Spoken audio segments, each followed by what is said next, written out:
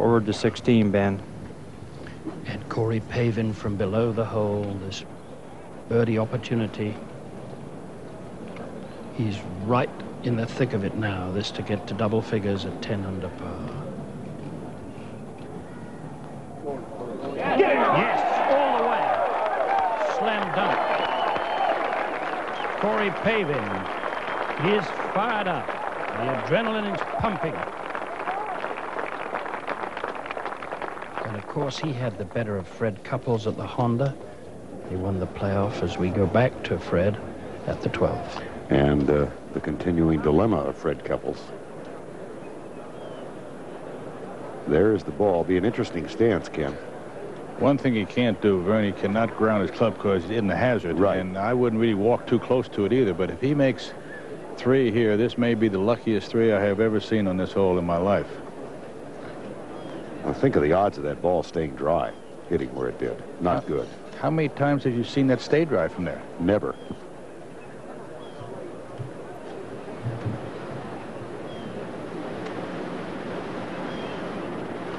And he's got to be very careful about his balance.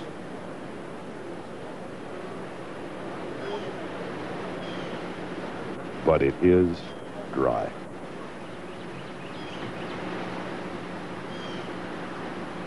I wouldn't be wasting a lot of time. Raymond Floyd has just made 5 from 190 yards. Left with his second shot. Back to 12. And the leader by 2, Fred Couples.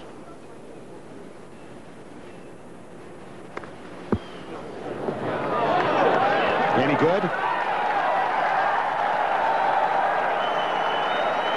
How about the reaction? Found another ball.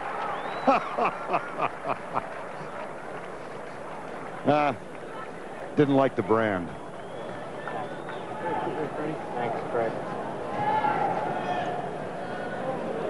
Oh, what a shot. You know something, Vern? That's like going to 12 and making 5 and say, nah, take a 3. You know, you're a nice guy. You don't need to make double bogey. Well, just think of what he is about to do here, getting a par, and Raymond Floyd 4 over on this hole in the last 3 days. That may cost Raymond the championship. Well, as you said, Vern, we have never seen one stay on that bank that went inside that yellow line yet. I was shocked when I saw the ball still up. You wonder if the range yesterday might have softened the ground and made it more receptive to that shot. I just don't know. It looked like the ball was a little bit plugged. It might have stayed in its own hole. Craig Perry thought he might see a swing of 2 shots here, or 3. Now needs this for birdie. To pull within 3, and it may be disappearing.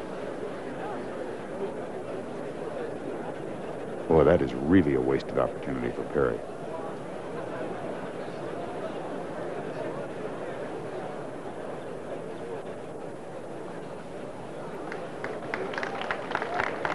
Stays at -8 and apparently still 4 back.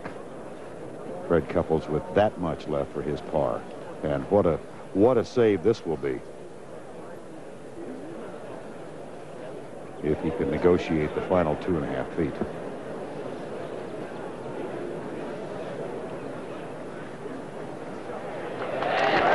Well done. He's really excited by it, huh? I think he's more relieved than he is Exactly. excited. There's a lot of work to be done.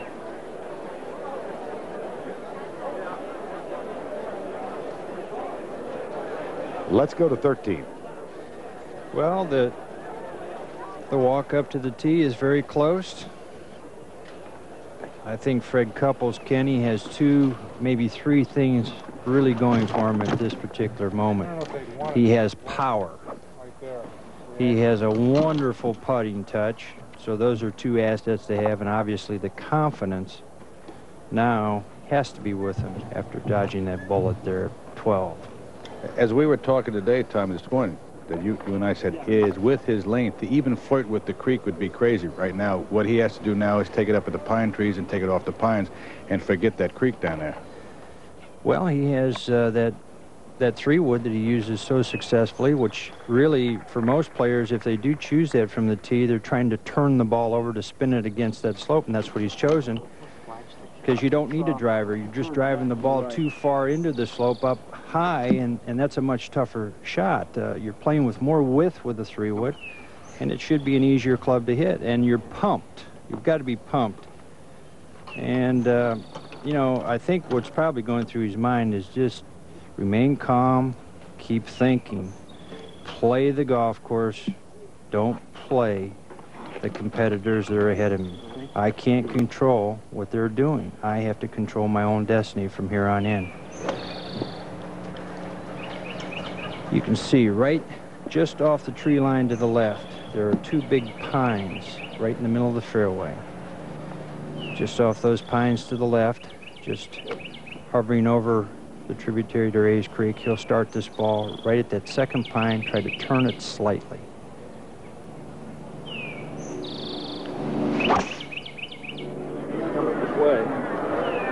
Coming this way.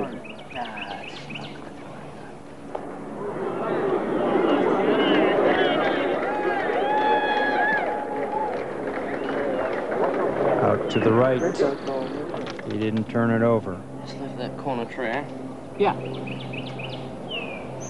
He appears to be blocked from our angle back from the green direct line to the pin for sure. Be an interesting choice is going to come up for Fred now. Craig Perry desperately needs at least a 4 and possibly a 3.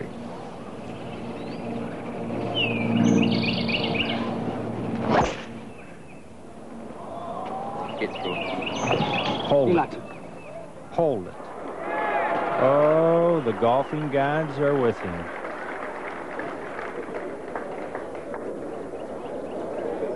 Kind of caught the edge of the trees to forward to 14, Bobby Clampett. Thanks, Tom. Raymond Floyd looking over his second shot here at 14. It's our first view of the 405-yard dogleg to the left, par 4.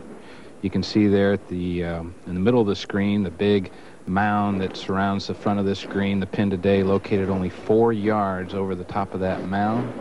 A lot of swirly winds here. The wind's lower levels coming out of the south, upper levels out of the northeast, and it's swirling. Raymond 148 yards. I think a solid 8-iron. Raymond looks like he's looking a little left, but it'll feed right if it's left of the hole. Get up. Oh no, it caught that mound and back down off the front of the green. Oh boy. And Freddie Couples, the leader, 2-shot leads over Corey Pavin, 3 over Raymond Floyd, and 4 over Scholes, Sluman, and Perry. We'll be back in a minute. Some of the other scores, John Daly with that final round 68. Curtis Strange said it was fun back there on the back 9 today. A lot of birdies to be found. He finished 3 under after a 69. Jack Nicklaus 1 under with Olaf Pablo, and Crenshaw was even. Watson +2, and Seve Ballesteros blew up with a final round 81. Over to 17 with Gary McCord. Corey Pavin, 165 yards away, the only one looking like he's got a chance right now. He's hollering for it to bite. He's pleading for it to bite. That's not bad, pin high to the left, but he's got to go up and over a ridge and then back down to the pin, and he needs a couple of birdies right now. Let's go see Freddie at 13. Thanks, Gary. Well, here are the facts. Dead stymie directly toward the pin. Water protects the front and the right. Bunkers in the swale to the left. Yardage is 225 yards. Options. If I lay up, you can see where he's driven, well to the right behind those 2 big pines, one of which is the ladder. Now the options are, do I lay up, easy pin to pitch to, I'm putting well. 5's probably the worst score I'm going to make doing that. Got a possible 4. Now, do I gamble? Do I take the chance? I have 205 yards to carry the water. I can play left, put it over in the swale.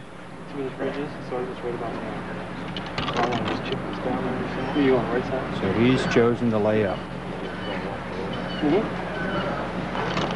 Kenny, I think that's a very, very smart play. Well, what he's doing, Tommy, what we said long before, he's got 2 numbers now. He's got 4 and 5. If he goes for it, he puts 6 and 7 in there too.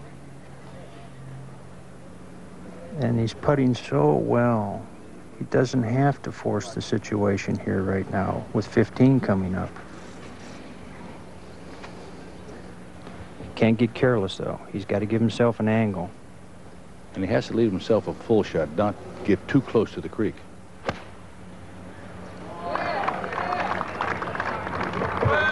Came out low, hooking, catches the contour, slides down to the left side, perfect place. 14. Raymond Floyd, Tom, chipping here at 14. Look out! Raymond Floyd back to 10 under par with an incredible birdie here at 14. I was a little surprised that he took the chipper. He had to land the ball in the upslope of that large mound and get the ball trickling down to the hole.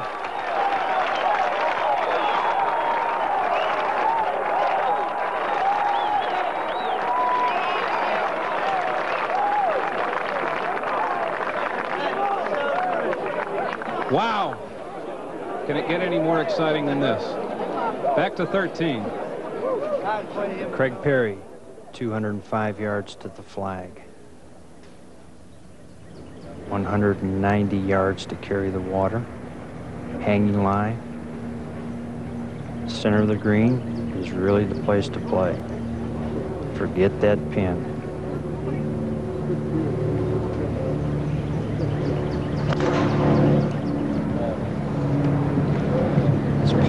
Just slightly, catches the left side of the green. Will it hold?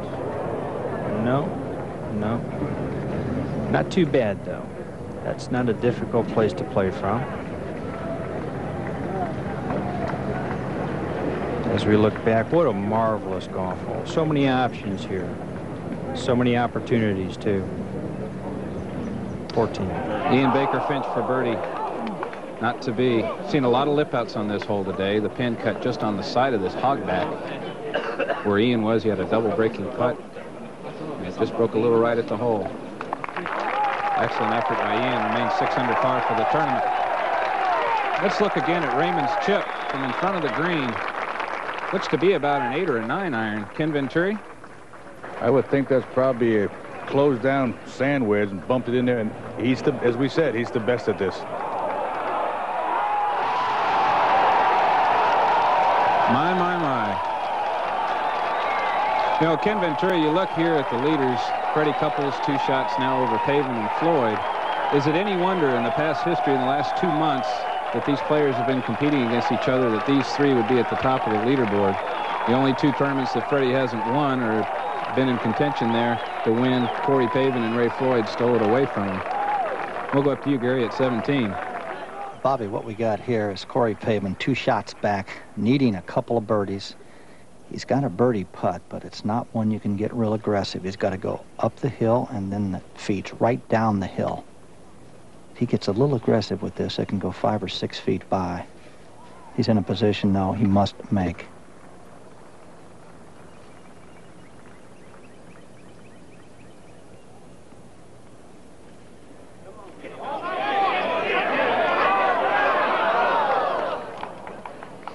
Not a bad putt, just a tough position to putt it from. Let's go back to 13. Okay, you can see from behind, Fred Cup, 15th tee. Raymond Floyd. Now it's essential that he gets this in the go area to go for the green. Rip it! Come on! Looked to be perfect. And it is. And long. And running hard. Perfect.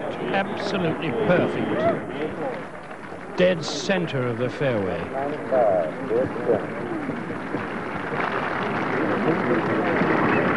And he will have 195 yards to the flagstick as we go back to the 13th, Tom.